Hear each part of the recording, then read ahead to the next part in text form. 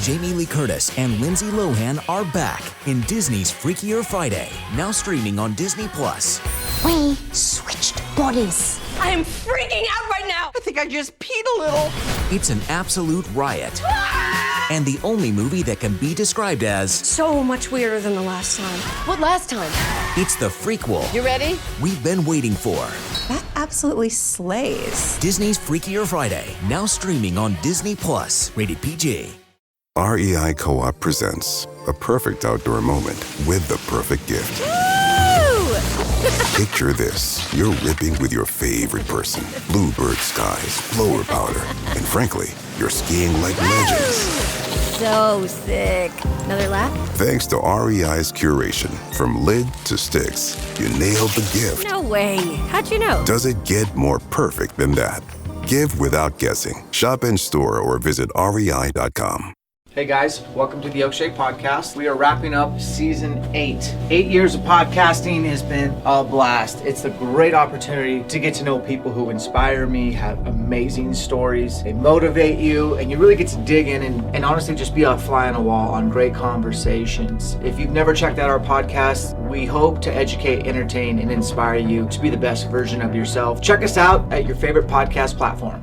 The other bear stands up, and immediately I know that's the boar. Just the masculinity coming from that bear. He walks over, takes a little drink from this little pond, and he's facing me, his head's down. And my mind's like, okay, wait for a broadside shot, do a double lung, right behind the neck. I was like, listen, dude, as soon as I shoot, go ahead and shoot. Let's get bullets in this guy. Let's try to drop him right there, and let's keep him down. Let's keep bullets in him. So I squeeze it off, and as soon as I shoot, Eric shoots. So it was like boom, boom, and hits right behind the bear, which kicks up dirt. So now the bear's hurt, doesn't know where he's hurt from. Then they start running right at us. Howdy, folks, and welcome to the Hunting Stories Podcast. I'm your host, Michael, and we have another fantastic episode for you today. Today, we're actually connecting with someone who is, I want to say like episode 20. Really early on, he came on and he threw me a bone and helped me share my podcast when I was just getting started. And, we have Kurt Belding on today, and he has a few great stories for us, but the real one is about a video that he is releasing. When this episode comes out, it should have been released actually within the last week, so go check it out. The link is in the show notes, but he tells an amazing story about hunting grizzly bears in Alaska, where, of course, everything does not go according to plan. I don't want to ruin it. Guys, thank you so much for tuning in. Thank you, Kurt, for coming on. Guys, enjoy these stories, because I certainly did. Now, let's go ahead and kick this thing off and let Kurt tell you some of his stories. All right, Kurt, welcome back, brother. Welcome to the Hunting Stories Podcast. How are you? Good, man. Thanks for having me on. Appreciate you. Yeah, like I said, in our little pre-chat, I'm happy to have you here. Yeah, you were one of the very early guests that I was like, wow, how did I get someone of this caliber on the show? And, you reached out and said, hey, I got a new movie coming. I'd love to come back on. And, man, I am happy to have you here because you had some great stories last time you were here. So I'm excited to connect again, man. Yeah, thanks, man. I appreciate it. I got a good story for you this time, too. So we can definitely dive into whatever you want to dive into. Perfect. Let's do this. You've been on the podcast before. I'm actually going to look it up while you're introducing yourself so I can tell everybody exactly what episode to dive into originally. Kurt, let's start it off, man. Why don't you introduce yourself real quick so that people know who they're hearing some stories from today? Yeah, so I'm Kurt Belding with Western Obsessions TV, and I've been filming hunts now with a quote-unquote TV show, right? Like, we're on Carbon TV, but I really kind of just focus on YouTube primarily, then TV. TV's kind of a dinosaur nowadays. Been doing it for about 5 years, man. When I turned 40, I had a bit of a midlife crisis. It's a midlife crisis, a little extreme, maybe a midlife adjustment, where I've always been an entrepreneur and I just own a whole bunch of businesses, and I'm like, man, this is not the way I want to be living my life. And so I ended up like selling or closing or liquidating pretty much everything just to be able to go on cool hunting adventures. So for about 5 years, man, that's what I've been doing, going on cool hunting adventures and figuring out how to pay for that and pay for food and keep the lights on and the whole everything, Yeah, absolutely. Let me ask you this. Last time we talked, and I looked it up, episode 20, people, please go check it out. It's a great episode with some really fun stories. But you said that your goal in life was to hunt until you're 80. Like, how's that coming along? Is that still a priority for you? Because that's something that I took to heart, and I've been telling people, being like, hey, there's only so many Septembers. I'm trying to grab a few more at the end as I keep pushing through. So how's that going for you? It's going good, man. I mean, it's a challenge, right? Like, I'm only 45. I'll be 46 here in February. So I've got, 35 more years to go until I'm 80. But the biggest part of that for me is just my fitness level. And I kind of feel my fitness changed a little bit over this last year. I used to be super heavy into CrossFit, did a lot of CrossFit stuff, and that really kept my mental toughness level up really high, because those are hard workouts and they suck, right? So my mental toughness level was really high. I kind of dropped off a little bit of CrossFit and started kind of doing my own workouts in like a big box gym, just my own HIIT training. And I like my mental toughness level kind of dropped. So I went out on an archery elk hunt in September. And the first couple days, man, I was like, oh my God, am I getting too old for this? Like, what am I doing out here? I just didn't have that mental toughness. So I know I need to like recalibrate and do some harder stuff throughout the year to keep that mental toughness up, That's interesting. That's interesting that you can equate it specifically to not doing CrossFit. That's true about CrossFit, though. I did it for a long time, and it's like they're like, "Here's what you're doing today. Good luck." Like, you don't really have a choice. You just got to buckle down and get it done, which does sound a lot similar to elk hunting. So I guess that makes sense. It does, man. It's the mental because you can't train for elk hunting. Like, how do you want to train for being 12,000 feet on a mountain and hiking for 6 hours straight, or whatever you're doing? Like, you can't train for that. You're not going to go into the gym and work out for 8 hours straight. Like, that's just not feasible. Only thing you can do is like train your mental toughness for like when you want to quit and when you're in the suck. And it sucked this season. Like, we had 3 days in a row that it was like raining all day, snowing/raining, wind blowing. It was cold. We're freezing our butt off, man. And it was pretty miserable. So, just training that mental toughness is super key. When I say I want to hunt till I'm 80, I'm not talking about sitting in some heated blind over a food bowl. Yeah. I'm talking about like, I want to be archery elk hunting until I'm 80 years old and into the suck, right? So that's awesome, man. That's awesome. Were you in Colorado hunting elk this year? We had a lot of hail this year. I was out there probably with you, and it was a cold, rainy, like wet September. It was. I actually remember preseason, I wore my hunting rain jacket on a backpacking trip, and I'm glad I brought it because it poured the whole time. And I was like, man, I've had this rain jacket for like 6-7 years, never used it once hunting. Should have shut my mouth because I used it every day this season. It was just And that's that's for the one thing I love about archery elk hunting, man, because you're up early, right? You're trying to get to your spot. You're hunting early in the morning, try to catch them coming back into bedding. But as soon as 10 o'clock, 11 o'clock rolls around, the sun's beating out pretty good, and you just lay down on a hillside and take a nice warm nap in the sunshine. It's one of my favorite things about elk hunting. But to your point, it was super wet. So you didn't get that little luxury of like laying out in the sun at 10, 11 o'clock. Like, it's still cold. It was raining on you, freezing. Like, it was a little bit harder this year than we had hail several times. And multiple times we were looking, we're like midday, we're like looking off into the distance, being like, that looks nasty. I think we need to find some cover. And we were just like hiking our butts off just to find some place that we weren't like exposed in a big burn or something like that. It was a tough year. Yeah, for sure. All right. Well, Kurt, what do you got for us, man? I know you got one cool grizzly story. Maybe we'll share that one to kind of finish this whole thing off. Maybe you got another one to kind of kick it off with for us. I do. So I'm going to give a little teaser of the grizzly story. We got charged by 2 grizzly bears hunting in Alaska, and I came close to dying, right? So like, I've never been on a hunt where I've had that fear of like, I may die right now. Like, this might be my day. This might be my time to die. So we could talk about that later if we want to tease it now and bring it up later. But let's do it. That's a pretty good like little hook, right? Like, I'm on a grizzly bear hunt in Alaska. We get charged by a boar and a sow at the same time, or was it 2 separate charges? At the same time, and we came real close, 15 yards from dying, basically. So, my goodness, man, my goodness. Okay. Yeah. Well, you got me excited. Now I want to do that one first. But you whatever story you want to tell, man, is fine by me.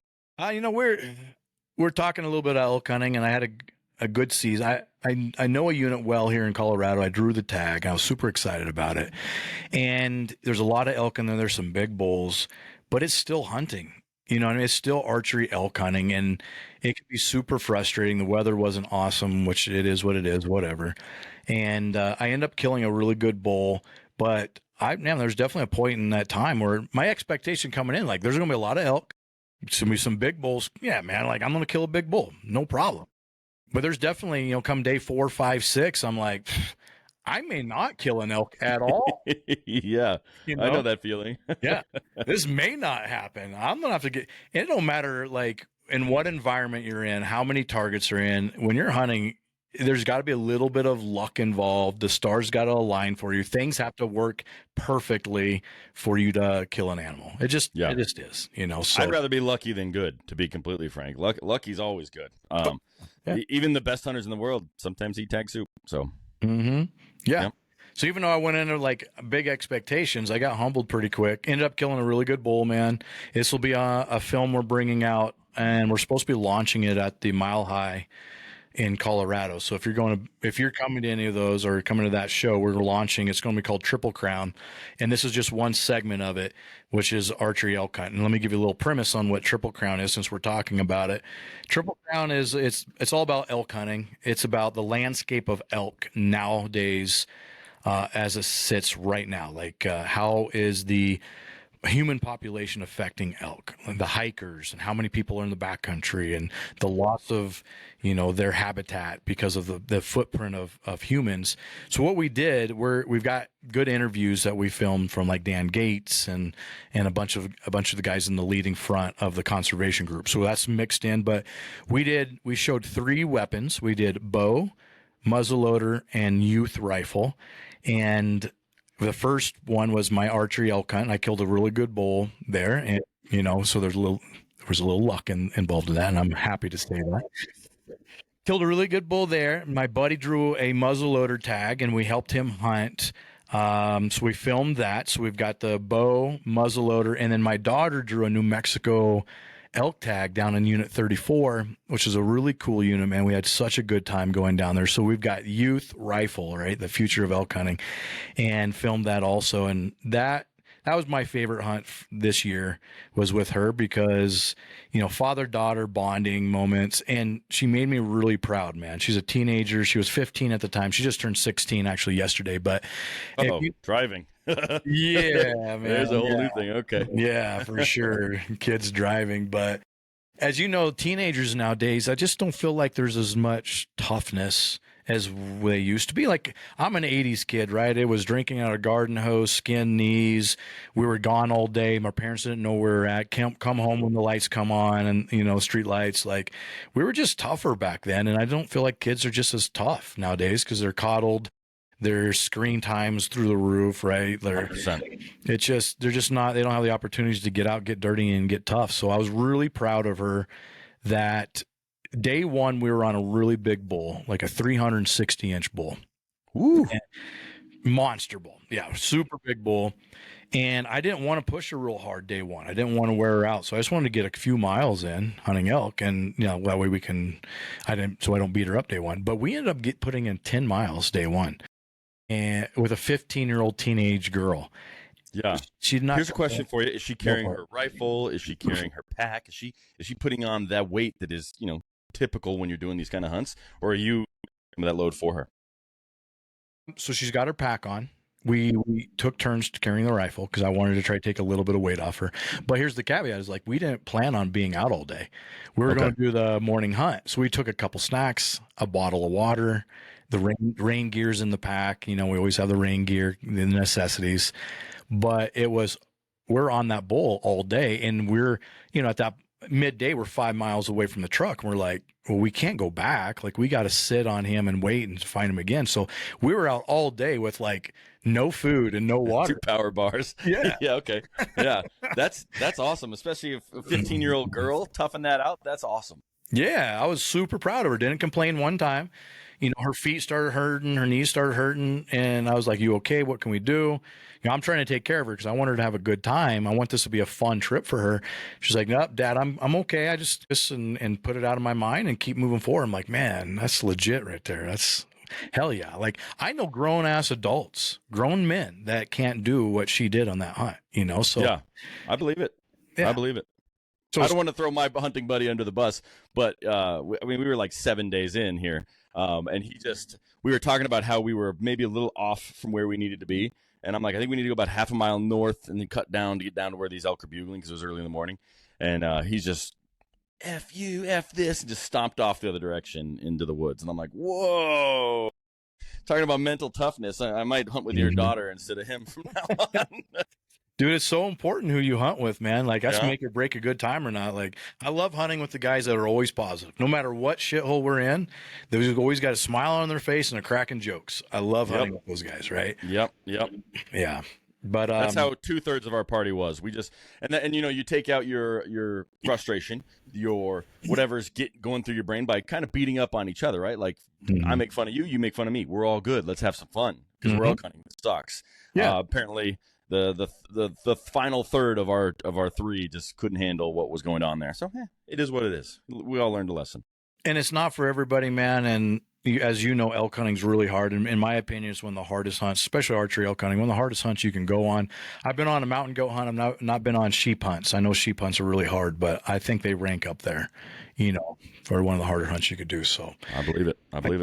But anyway, man, super proud of her because, 10 miles day one, we didn't end up killing the big bull. He slipped out, and I can go in details if you want on it, but super proud of her. We got back. We're all beat up, wore out, and we're having a little bit of food in the tent.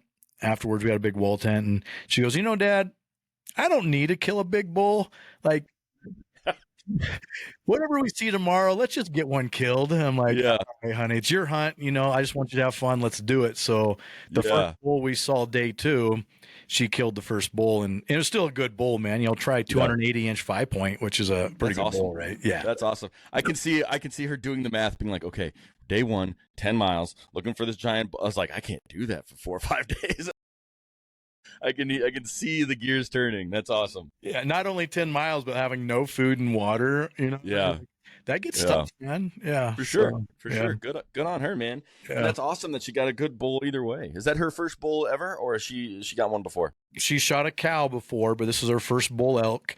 Okay, and we got it down, killed it, skinned it up, and there was somebody. There was me, my videographer was with me, and had another buddy to help, like just spot and pack or whatever. So there was 4 of us total, and we weren't that far from the truck when we killed him, maybe less than a mile from the truck, and we just wanted to get out of there in one trip. So it's funny. She wanted to hold the head on her pack to get a couple pictures and just see if she can hike the head off. Not a chance, dude. She could barely get up with that head. She's wobbling around. She's like, nope, absolutely not. But we did put 60 pounds of meat on her, and she's, wobbling like a deer, like a newborn baby deer. The legs all wobbling. But she did it, man. She hiked off 60 pounds of meat. My buddy came back to come grab her pack. He was like, hey, you want me to grab that pack? And when she was about halfway, and she's like, nope, I want to try to finish it out. And I'm like, fuck yeah, man. Hell yeah. That's awesome, man. Yeah, and it's surprising how much was it caped out? Were you going to taxidermy it for her? Or was it just the head? Hey, hunters. Have you ever had one of those stories, the ones that you didn't want to tell? The ones that end in failure? Yeah, I've been there. Actually, you know what? The culprit for me usually is bad optics, or worse, lack of using my optics at all. Picture this. I spot a trophy buck, or an antelope, or an elk, whatever it may be. My heart is racing, but the blurry view, or I just can't quite identify exactly what I'm looking at, it has me second guessing. Well, that's where Vortex Optics comes in. With crystal clear glass and rugged durability, Vortex gives you the confidence to take the shot. Don't let poor optics ruin your story. Make every moment count. Upgrade to Vortex and turn your hunting tales into triumphs. Visit vortexoptics.com today.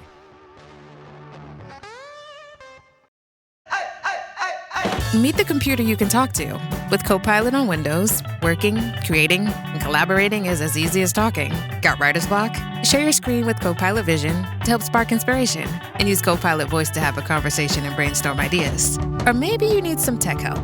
With Copilot Vision, Copilot sees what you see. Let Copilot talk you through step-by-step guidance so you can master new apps, games, and skills faster. Try now at windows.com/Copilot. With new, gentler scented Clorox disinfecting wipes, clean finally smells as good as it feels. On everything from lamps to ceiling fans even on your kid's toy shark.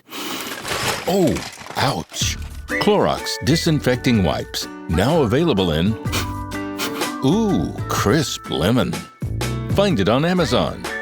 Clorox, clean feels good. It was the head and the hide that she had on. That's so heavy. Yeah. That is so heavy. I killed my first bull in 23, and I was like, what the hell? This is way heavier than a hindquarter. Never mind, it drags on everything behind you. Oh, yeah, man. Yeah. If you don't mind me asking, and feel free to say no, but like, how big is your daughter? I know you're a bigger guy.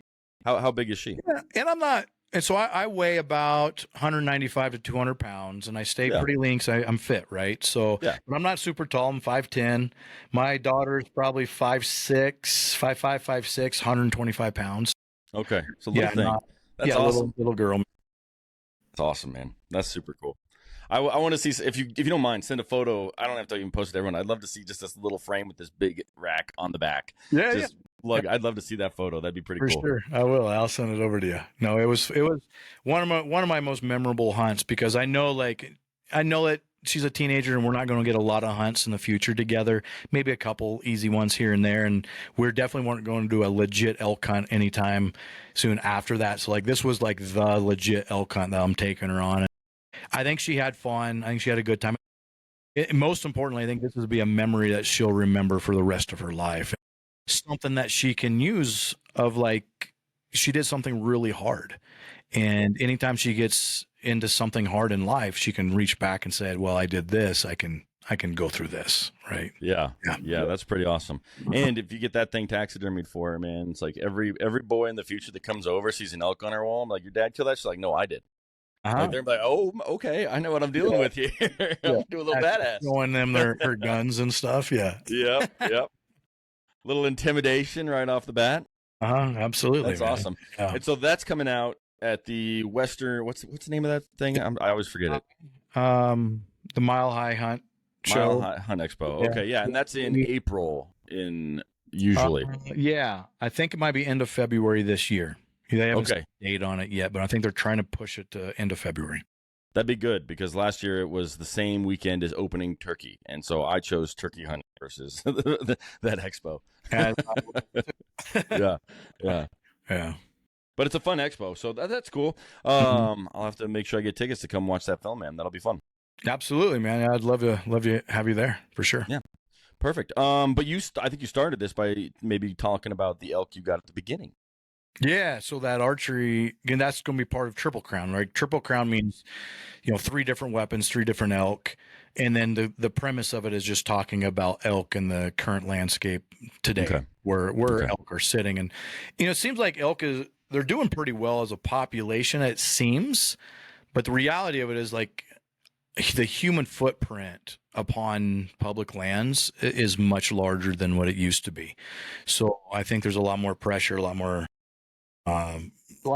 pressure on elk than what there has been, but we're definitely we'll dive into that on that film and share more of that stuff for sure. Do you touch on human politics and how that's affecting the elks? Because obviously we've got wolves, and a year ago they tried to eliminate all like predator hunting basically by getting rid of mountain lion hunting. Is that touched on at all in the movie or no? It is. Yeah, we touch on that for sure, man. We hit on it. And yeah, here's the gist of it. And I'll tell you my opinion on it. I'm not a professional biologist by no means, but here's my opinion on it is, obviously there's people that would like to see the predators be in full force. And I get it. Like on paper, wolves are cool. I love wolves. Like I think they're amazing animals. And if you look at an ecosystem, if you remove humans from this ecosystem, predators and prey balance each other out, right? If predators become overpopulated, they kill all the prey. Predators then will die of starvation. The predator population will go down. The prey population will come back up. It'll naturally balance itself out. Yeah, it's cyclical. Yep. Yeah, but what's not considered in that is the human footprint there. So now there's not as much ecosystem for predators or prey, and humans are involved, right? So not only are humans involved on public lands where there's dangers of predators, and anytime there's a danger of a predator, someone gets attacked by a predator of some sort, or there's a predator in a town or in a yard, like that's a huge deal. But what do you expect? Like humans, we're living further into the everywhere. Yeah, we're everywhere now. We have taken over their habitat. There's not much habitat left for them that's untouched by humans. So I don't think there's any really in the United States anyway, or lower 48. There's less pressured public lands, but we're everywhere, especially hikers, right? Like we hike everywhere. They're hunters nowadays. I don't think there are as many hunters as there used to be, but we hunt differently now. Where back in the day, everyone hunted, but they hunted their own homeland plots, whitetail plots, right? Like they didn't travel from state to state to go hunting. They didn't go deep into the backcountry. They hike in maybe a mile into their hunting land that they want. But nowadays, especially us bow hunters that are a little more fit, like we're getting deep in the backcountry. Like I probably see more guys 10 miles deep than I see guys 1 mile deep now. Yeah. When I'm hunting. Yeah, what's funny about that is we were camping and we were just hiking out of camp and we were going hunting. We were doing 10 miles a day, but we weren't going too deep. Mm-hmm. We ran into 2 other hunters, and not until muzzleloader season. Otherwise, we were out there basically by ourselves, and it was great. However, we talked to the one other guy that we did run into, and he was like, yeah, I'm in this camp, and these guys are packing in 5 miles back into this basin, and there's just hunters on hunters on hunters. So it's almost like it's overcorrected to backcountry, where they're running into all sorts of stuff back there and running into each other. But we're hanging out here not too far off the roads, and, 2 to 3 miles off the roads, so like still a good distance, but we're not running into anybody. So it feels like it's maybe overcorrected towards backcountry right now. You're exactly right, man. Everyone thinks they need to get deep to get away from people. If everyone's doing that, then everyone's on everyone, right? Like, and then that first mile or two is now becoming overlooked. That's what you're exactly what you're saying there. Yeah. Yep, absolutely. Yeah.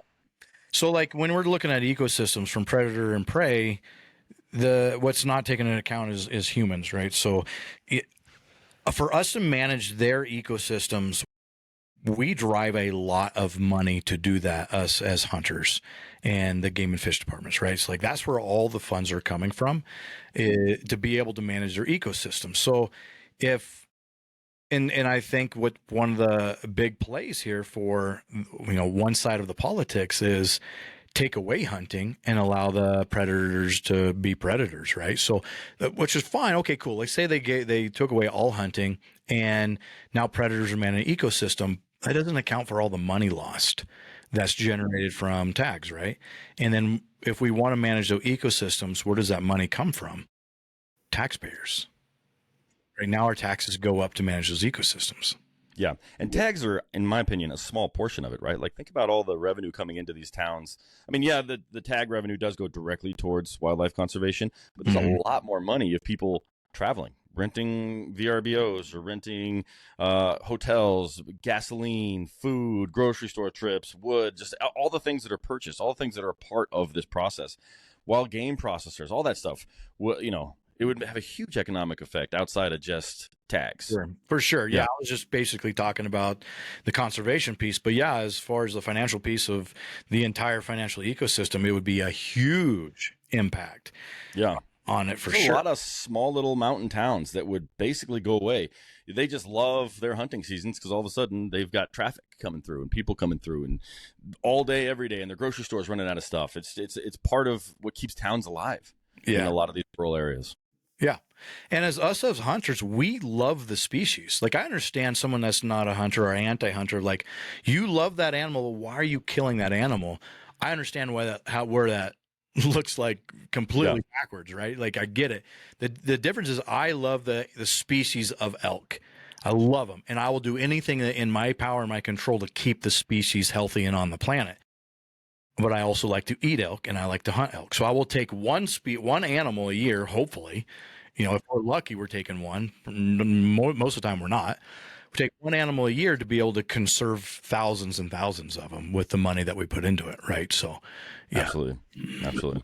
Well, we went down a rabbit hole, Kurt. We're not here to talk this kind of stuff, man. What are we doing?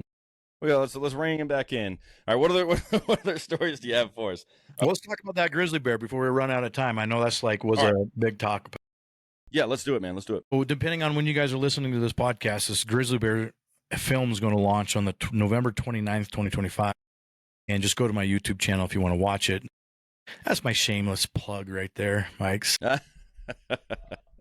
I'll put a link to it, so it'll be very easy to find. I encourage everyone to do it. Also, if you follow me on social, when it does come out, Kurt, send me the info, and I'll make sure that I post it and all that stuff too, because I'm excited to see this, even though you've only given me teasers of the story so far.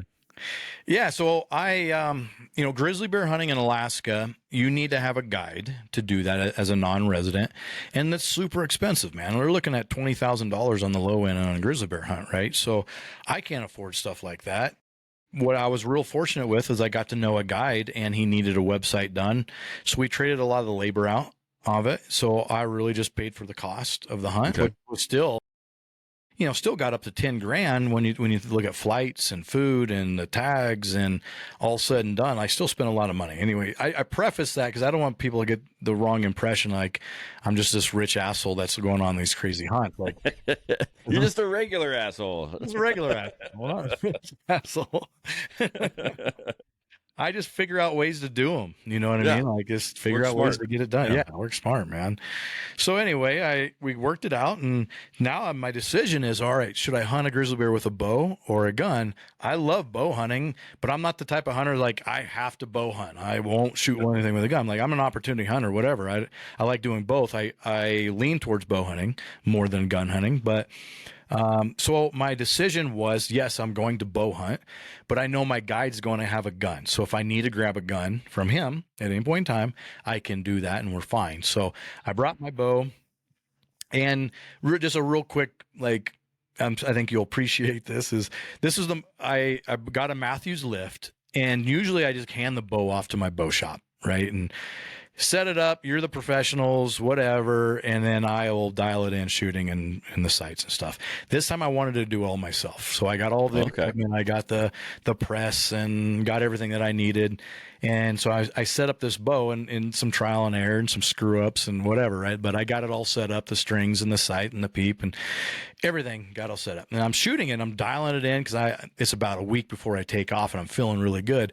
The peep I got, I didn't realize that there was a sharp edge on the peep, and I'm at full draw, and the string snaps while I was at full draw.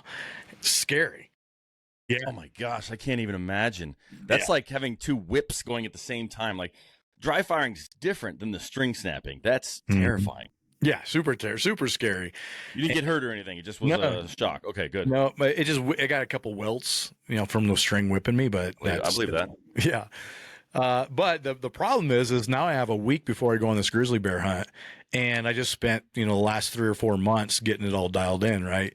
So I contacted Matthews, and they were super nice, man. And like overnighted a string to me, and, got it reset up, got resighted in, tried to break in the string the best that I could, in a week's time. But that was a little bit of a panic moment, like, oh crap. But, got it figured out. Went out there with a bow, and this was the first time me being in a little bush plane. I can't remember what the plane was, like a little Cessna, kind of like, basically like a kite with a freaking engine, Yeah, with a shoebox attached for you to sit in.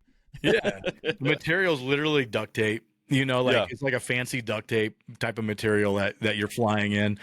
But I really enjoyed it, man. It was a lot of fun flying in. So it was just a super fun hunt because I got to experience that. And we're 60 miles from the nearest road, right? Like, and you think like backcountry Colorado's extreme, like, no, that's a freaking baby compared to like hunting in Alaska, So super remote. Okay, only 10 more presents to wrap. You're almost at the finish line. But first...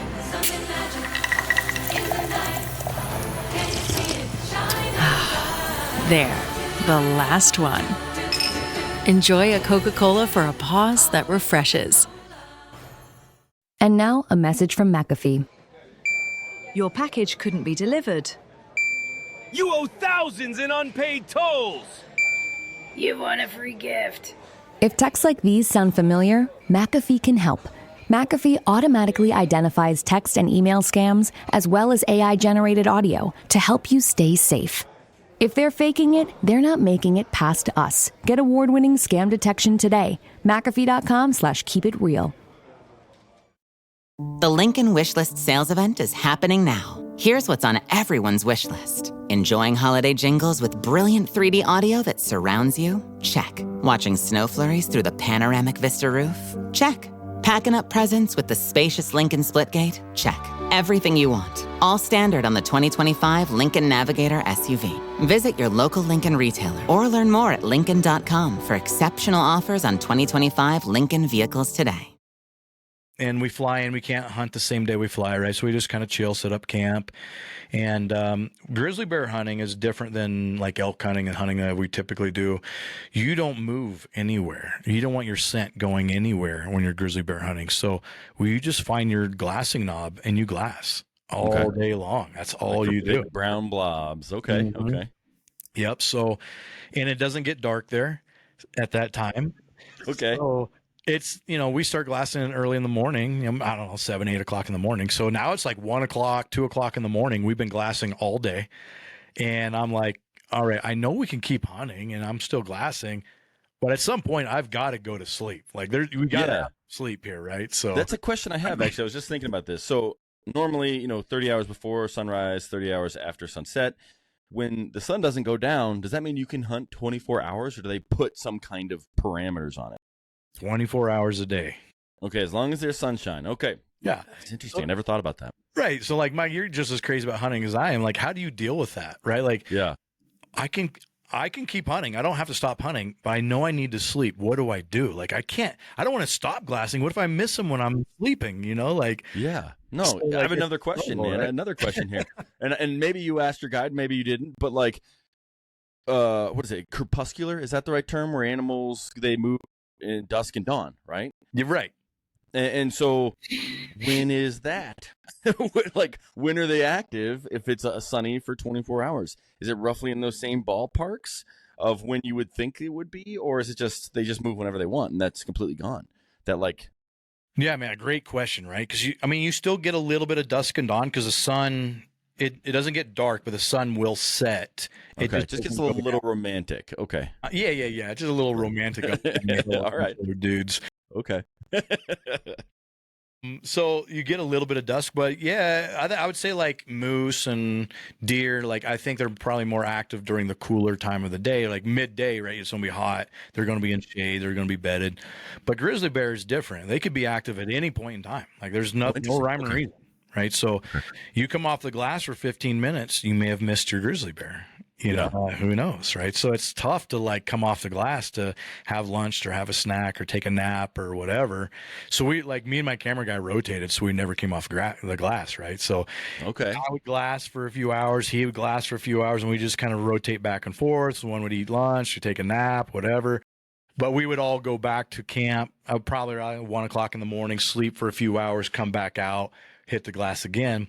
So it completely different type of hunt, not physically hard, just mentally hard to sit there and stay on the glass. And we see animals, you see black bear, you see moose and stuff, but you're sitting in one spot for hours upon hours and hours. And if this was earlier in my hunting career when I'm younger, it would have drove me crazy, man. Like all I wanted to do was hike when I was in my 20s, right? Yeah. Being a little bit more mature in my 40s now, I'm like, I actually enjoy glassing. I enjoy sitting on the glass and picking things apart. It's fun for me. So I enjoyed it and I was able to handle it. Right. But, so I'll share a couple things that it makes sense for what I'm going to share in the future that plays a part. So knowing that I could use my guide's gun.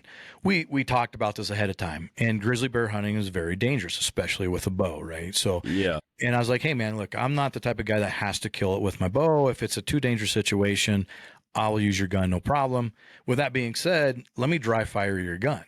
And I think this, if you guys are listening, that if you're going to use someone else's gun, always dry fire it. I made that mistake. I used someone else's gun one time and I didn't dry fire it, and it was a very hair trigger, and it went off before I was ready for it to go off. So I dry fired my guide's gun. Okay, right. So that prequels that a little bit.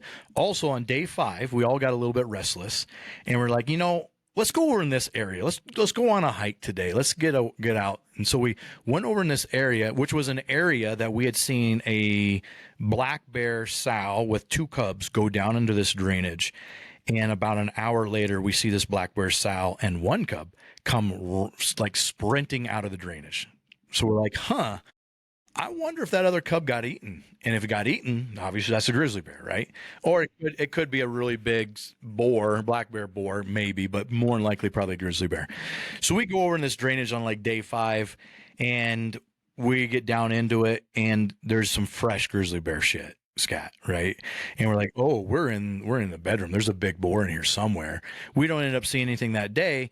But what we didn't realize, we had actually bumped them. There was a breeding pair, a boar and a sow. We bumped them out of the drainage. And so the next day we saw them. Yeah, they were close. Yeah, we just didn't know it. Yeah. We saw them, and this is when we spotted them the next day, because we bumped them out of that drainage into some different area that we saw them. They were been sitting in that drainage for days, who knows how long. And we just could not see them, right? If we didn't go over in that area, we would never have bumped them. We would never have seen them. I probably would not have killed a grizzly bear. Okay. I guess I gave that up. I killed a grizzly bear. Yeah, spoiler alert. So that kind of prequels to the hunt. So now day 7 or day 6, I can't remember what day it was, 6 or 7, whatever. How many total days did you have for this hunt? Like, where are we? It's a 10-day hunt. Okay, so you're coming on the back end here. All right. I'm coming on the back end, and I'm not really feeling pressure yet, because I'm just enjoying being in Alaska, enjoying my time there. The scenery is freaking beautiful. We're at the foot of this huge glacier, and it's just amazing, right? So I'm enjoying my time, and I'm on the glass on, they'll call it day 6, the day after we went over that drainage, and I'm like, that's not a black bear. That's not a moose. It's a little bit blonde and some brown. It's pretty big. I think I got a grizz. And sure enough, the guy's got on spotting scopes. So yeah, that's 2 grizz. We make a game plan. There's 4 of us going over there. Me, my camera guy, Ray, the guide, and a packer. Ray's got a gun. My packer's got a gun. We move over, but we lose sight of the bears because they're about 2 miles away. All right, so we're moving over 2 miles away to get closer to make a play on this. And now we're in a spot of we're probably 300 yards from when the last spot we see these grizzly bear. And this is the first time me having this feeling in a hunt of, this is dangerous. I have a bow in my hand. Yeah. We're going through this super thick scrub oak bushes, over my head. I can only see 5 foot in front of me, and we're 300 yards from where the last time we saw 2 grizzly bears, right? Yeah. That's about 3/4 of a mile from when I would have asked for the gun. I would ask for it way earlier than that. Right. So that was an interesting feeling that I had to all right. But then you're like, well, no, I mean, what am I going to do? I'm just going to push this little bit of fear I have down and keep moving forward. Yeah. Here's a question I have about the fear, because I know personally when I've never harvested a black bear. When I have a black bear tag, I'm a little bit more confident looking for black bears. Like if I were to run into a black bear and I don't have a tag where I'm like, yeah, I'm coming after you. Yeah. I have a little bit more fear in my belly. So is it the same when it comes to grizzlies, where it's like, okay, you have the tag in your pocket, you're the predator. Are you a little bit more confident that you would be if you didn't have that tag in your pocket, or no? Yes, if I was hunting moose and we saw 2 grizz, but I was not psychologically after those grizz, I think I would have had a little more fear. But since I was the predator, even though I only had a bow in my hand, I think the fear was quote unquote predator. Yeah, quote unquote predator, I guess. Yeah. Okay. Yeah. Cool. Yeah, so a little bit, yeah. And then black bear typically don't bug me that much. They're for me, they're big raccoons, basically. Unless you catch one that's just super ballsy or one that with a cub, right? There's 2 dangerous situations. Usually, it's not a big deal. With grizzly bears, though, they will most of the time. They're like, you're food. I'm going to eat you, or you're in my territory. I'm going to kill you, right? It's definitely a different ball game for sure with those guys. I imagine it's such. And like I said, I've never even had success with black bear, but I do know that my mental attitude is different. Tag, no tag. Just curious if when you're hunting something way more dangerous, if you do have a little bit more confidence by having that tag, and so that's cool. That's interesting. For sure. And I did not have a handgun on me. It was just my bow because I figure I got two guys with rifles. I just trust that they can shoot. My camera guy, just a camera, right? No handgun. But so we're pretty close to where we just saw him, and we're moving pretty slow, trying to stay quiet, trying to keep the wind right, obviously. And the wind's pretty true. We got a crosswind. So I'll kind of like paint a picture so you guys can kind of like visually see yourself. So we're going over these little rolling hills, and the bottoms of these hills are real thick, but brush buck type of stuff, like over your head thick. So we have to go through thick. We can go up on the hill and we kind of look over to see what's on the next side or which next couple hundred yards, if we can see anything. The wind's blowing from our left to right, so we got a crosswind. So I'm always hedging off to our right, trying to keep the wind better from where we saw them, right? We saw them, let's say from last time I saw them is at our 11 o'clock. Right. So I'm always kind of hedging to the right a little bit, trying to keep wind, and we're just slowly creeping. At some point, we're like, shoot, man, I don't know. We're in their kitchen. Do we sit up on these knobs and just wait till we catch one, as a glimpse of one so we can see what we're going in after? Or do we keep pushing forward because our wind's pretty good right now and it's pretty steady. It's not changing. And we decided to keep moving forward, which is kind of dangerous in just a stalking situation, no matter what you're stalking. Not dangerous you're going to get hurt in that point, but dangerous of like, we could bump this at any point in time because we don't know where they're at. They could have moved 200 yards to the right, 200 yards to the left. They could be anywhere. We don't know, right? Yeah. Which is not a great situation to be in, but we decide to continue moving forward. We go over the next knob, and Ray spots them sleeping in this little bottom, and we're about 130 yards from them. So we're sitting up watching them, and we only see one of them at this point. And this bear's bedded, and it's super kind of cute, man, to be honest with you. A big old fluffy bear laying there, bedded, the head down on the arm, sleeping. Yeah. It was kind of cute, really. And so we're sitting there just kind of making a game plan, and I'm trying to figure out, all right, how can we get down to this bottom without being spotted? If it's just me, I don't have much noise because it's just me, but the wind wasn't blowing very hard at this point, so we don't have any cover noise. The ground's really dry, and we're pretty exposed. Like there's a little bit of cover, but not much. We're pretty exposed. Yeah. Also, you forgot that if it's just you don't have a gun with you, so scratch that idea. Well, and we're there to film it, so I need my camera guy with me. Okay, yep. There goes another one. And I should have Ray with me with a gun. So now we have 3 guys for sure that's got to move in bow range. And the one thing I have not brought up yet on this podcast is when you have a boar and a sow breeding, their pheromones are high, their hormones are high. They will not leave each other. So if I make a good shot on that boar, he goes off in the thick stuff and dies. That sow will be with him. She will not leave him. And what are you going to do now? You got to that's a good question. Or dead bear in the thick stuff where it's overhead. We can only see 5 feet in front of us. And you're going to go try to retrieve that bear with another live bear there that's pissed because you just hurt its mate. Yeah, her boyfriend. Yeah. At what point would she eat him? Would that be an option? Because I know that bears are pretty hardcore. They eat each other all the time. Well, boars will definitely eat cubs, and they eat cubs to have the sow go back in heat to breed them again. Would she have eaten him? I don't know, man. There's a good amount of food around. We're in some calving grounds of some moose, and I don't know if she would have ate him or not. Okay. I don't know. Interesting. Yeah. Did you know that dolphins also will kill baby dolphins in order to get the mom to go back into heat? Isn't it breeding such a crazy thing? Yeah. Here's something that's interesting that I love this fact. It's the dolphins, they're obviously smart. So the lady dolphins realized they're killing my babies. And so what the lady dolphins have started to do is having sex with all of the men dolphins. So the men dolphins don't know if it's their baby or not. And so they stopped killing the babies. It just took a little promiscuity from the lady dolphins. No kid, dude, that's pretty smart, man. Yeah. So now we need the bears to start being a little bit more promiscuous and solve that problem right there. That's right. That's right, man. That's interesting. I didn't realize that. That's pretty cool, man. One thing I didn't mention also is, grizzly bears, there's not a high population per square mile, right? There's one. Yeah. Typically, maybe one per mile, maybe 5 miles. So when you're glassing for a grizzly bear, you're literally looking for a needle in the haystack, right? So yeah. But anyway, what I was talking about is like, okay, even if I make a perfect shot on this boar, it's a very dangerous situation. We got to go retrieve him with a sow, ready to rip our faces off, right? So that's a very dangerous situation. So when we're calculating all this, my guide Ray was like, look, man, I think you should shoot it with a gun. I know, like, obviously he wanted me to shoot it with a bow too, but I'm like, I get it. I don't want to endanger everyone's lives, and it's a super dangerous situation walking into it. All right, let's just shoot it with a gun. I'm cool with it, right? So, thank God Ray was there. Yeah. I'm with Ray on this one. So at this point, we see one of them. We don't know if it's the boar or sow, but it's big. So Ray's like, man, I think that's the boar. So we're sitting up on this hill, and we're just trying to figure out where the other one's at. Then we see a leg behind a tree. We're like, all right, there it is.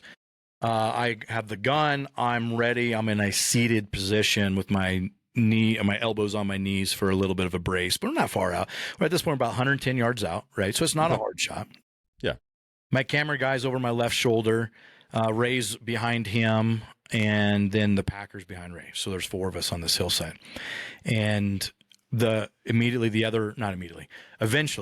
other bear stands up, and immediately I know that's the boar. Just the masculinity coming from that bear is like, you can't miss that, right? Like it was a pretty cool moment, man. Like just super, just walking. All he's doing is walking. I'm like, yep, that's the boar for sure. Huge bear, super masculine. So he walks over, takes a little drink from this little pond, and he's facing me, his head's down. And my mind's like, okay, wait for a broadside shot, do a double lung. And Ray's like, I like that shot, man. Just put it right between the shoulders. I'm like, okay, right between the shoulder blade, right behind the neck. Cool. So I get ready.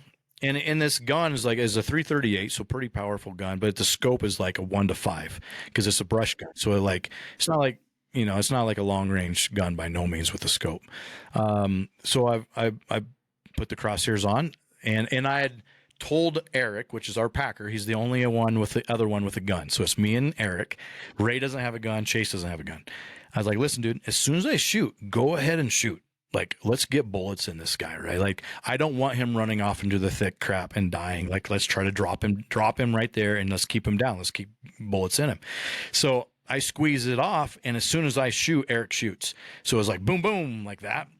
And Eric's shot misses and hits right behind the bear, which kicks up dirt. So now the bear's hurt, doesn't know where he's hurt from, and they take off running, and that dirt flies up right behind him. So he turns around. Oh, God. Oh, yeah. Now that's why the Packer has just keep the packing. Give that gun to Ray. That's a hard shot, dude, because as soon as I shoot, the bear moves, right? So yeah. So, they're going to run away from where they think the danger is coming from. Then they start running right at us, and they got to go through some thick shit before they get to us. So it's not like I have a shot right away. Eric re-racks, and we got to wait for them to break through some of that brush. Well, as soon as they break through, now they're not 110 yards. They're like 40 yards from us, full speed running right at us. Right? How long did it take for them to go 110 to 40? What, a second, 2 seconds? Probably. It felt like 5 minutes. Yeah. Everything slows down in that situation. And, and my camera guy had a longer lens on. And if you know much about filming, a long lens is for like a more of a zoom shot for the shot, but it sucks for anything close. And so like, as soon as I shoot and we realize they're running at us, we all scramble a bit, like get to our feet, start to back up to try to give us some more room. And my camera guy's scrambling, and there's, so the footage is all over the place. So you can only really hear things rather than see things. So they break through the brush, and I realize the front one is the boar. So I yell, front one, me and Eric. I fire around, he fires around. We re-rack, I fire around, he fires around. And like super fast, right? Yeah. He drops. Now that boar is basically on us, 10, 15 yards from us. And I'm about to shoot her or try to shoot her, but like, man, they're moving so fast. Like, I don't even know if I would have got a round off at that point.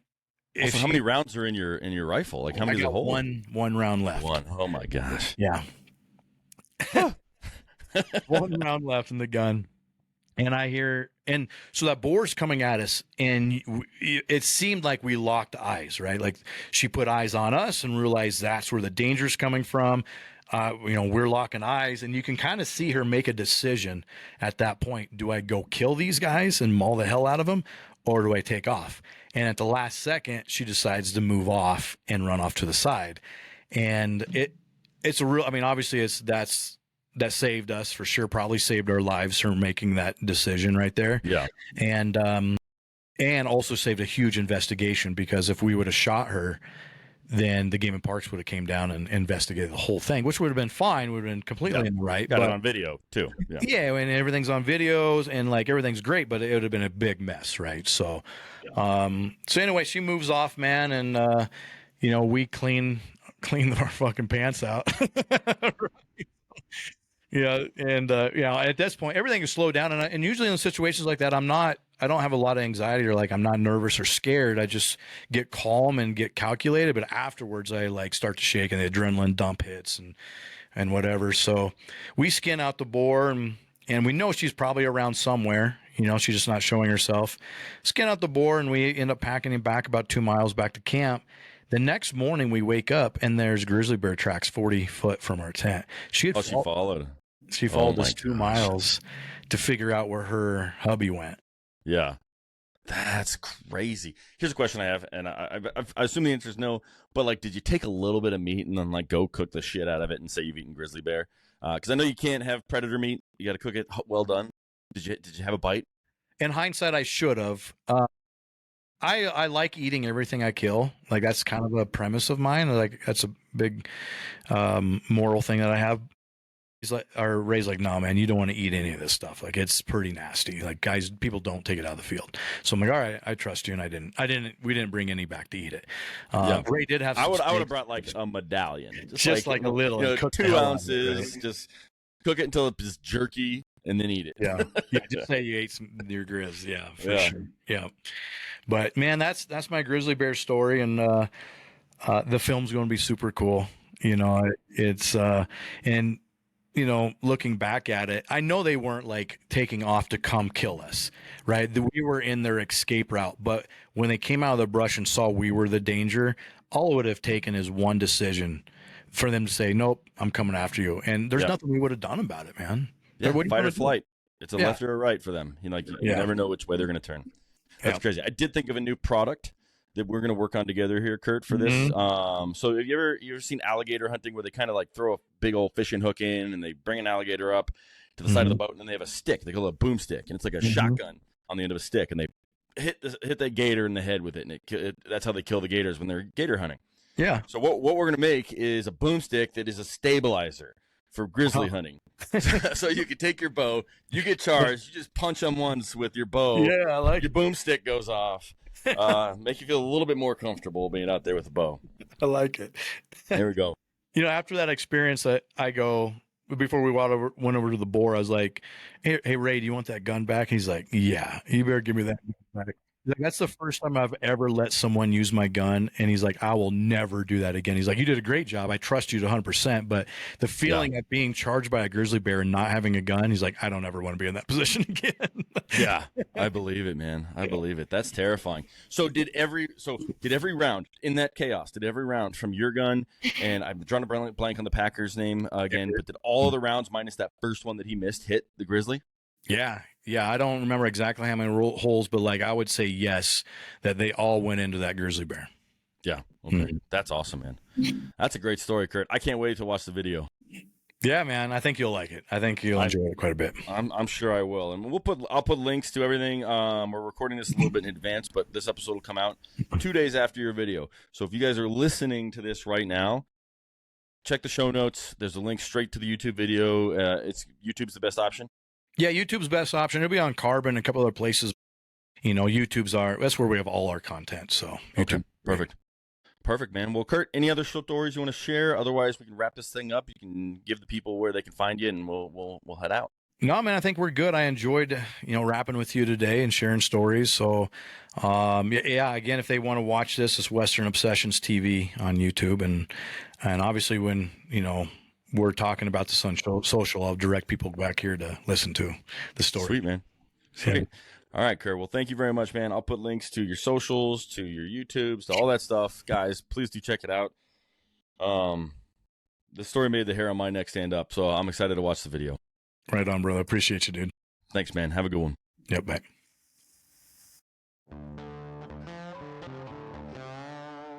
All right, guys. That's it. Another couple stories in the books. Kurt, again, I want to thank you very much for reaching out and asking to come on the podcast. It's always a pleasure chatting with you, man. Ton of fun, and your stories are always great. If you haven't listened to his other episode, please do. But more so, guys, check out the video on that grizzly bear story as soon as it is out. I'm watching it. It should be out now. It should be out not when I'm recording this, but it should be out when this episode comes out. So check the link in the show notes. It'll be there. If you guys have any questions, don't hesitate to reach out to me. If you want to be on the show, don't hesitate to reach out to me. And if you could, please subscribe on our YouTube and whatever you're listening to now, whether it's Apple or Spotify, give us a review. Thank you guys so much. You know what's next. Get out there and make some stories of your own.